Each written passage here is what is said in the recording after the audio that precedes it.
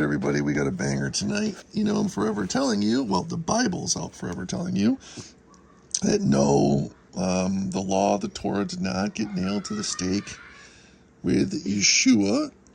He says it himself that the law is going nowhere.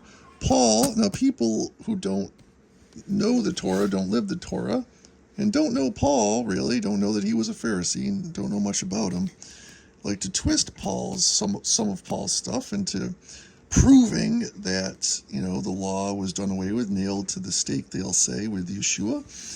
The problem is Yeshua himself says that that's not the case many times.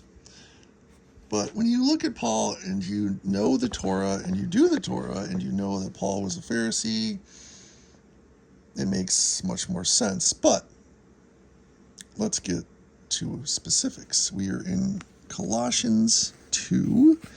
I'm going to read a couple bits and pieces, but some will stick way out to you. So what I want to say prior, though, is what I've said in previous videos. What Yeshua was nailed to the stake with was, what he took care of there was two things.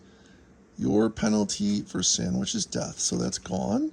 And then he did not get rid of his law. That does not make sense. That way he'd be lawless. He did not get rid of his law, the Torah.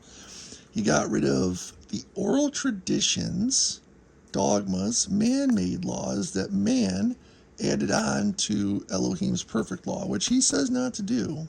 So these are all the extra stuff that really isn't the Lord's law, which leads people astray. So let's just keep that in mind. 2:4, and I say this so that no one deceives you. Don't let anybody deceive you with enticing words. See that no one makes a prey of you through philosophy and empty deceit. So these are the type of people, perfect example, this one guy, like I said, who's like, oh, well, if you look at the Hebrew word and the vowels here, so he's doing a bunch of assuming about what, you know, stuff that was done, translated 1,000 years ago. He doesn't know how or what. No one can possibly know the intent or what. What we can do is use the Bible, again, to prove the Bible. Now, this gentleman was trying to say that it doesn't really say, because we think of the way the vowels are, that Elohim says marriage is only between a man and a woman. That's obviously ridiculous by things the Lord says in other places in the book about, you know, men and women and stuff like that. So, you know, obviously these people are, you know, to try to regale you with their intelligence. It's not about the Lord, it's about them a lot of times. So you got to watch out for people like that. But let's keep looking here to the good stuff. Really good stuff. It's all good stuff. And you being dead in your trespasses and the uncircumcision of your flesh. And he's talking there because, you know, a couple books back, he was having an issue in explaining to the Israelites, the true Israelites, who are circumcised and think that just because they're Israelites and they're circumcised, that that's all they're in. They don't have to do anything else. They just think it's bloodline related. We're in because, you know, and that's, you know, so that's what that's referring. When you hear usually circumcised versus uncircumcised in the New Testament and in Paul's letters, that's kind of what they're going for there. He's made alive together with him, forgiving all your trespasses, having blotted out which was written by hand against us by the dogmas. Blotted out the sins you did, the supposed sins, which weren't really sins because they were made by man,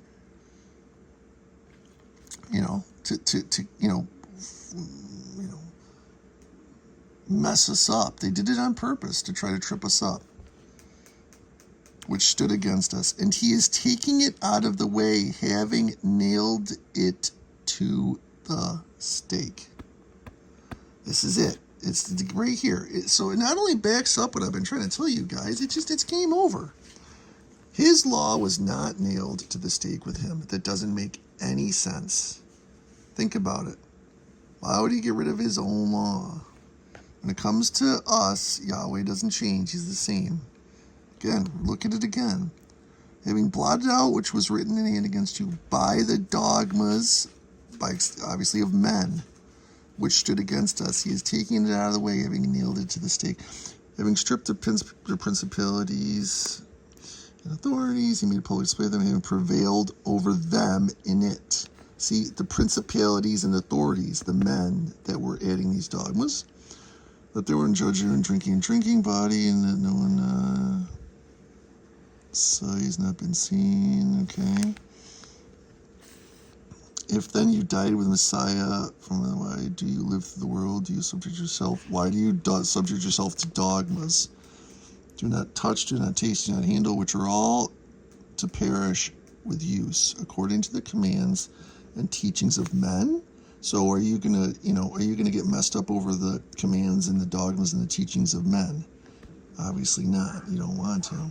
So again, like I said, I promised you this one was a banger.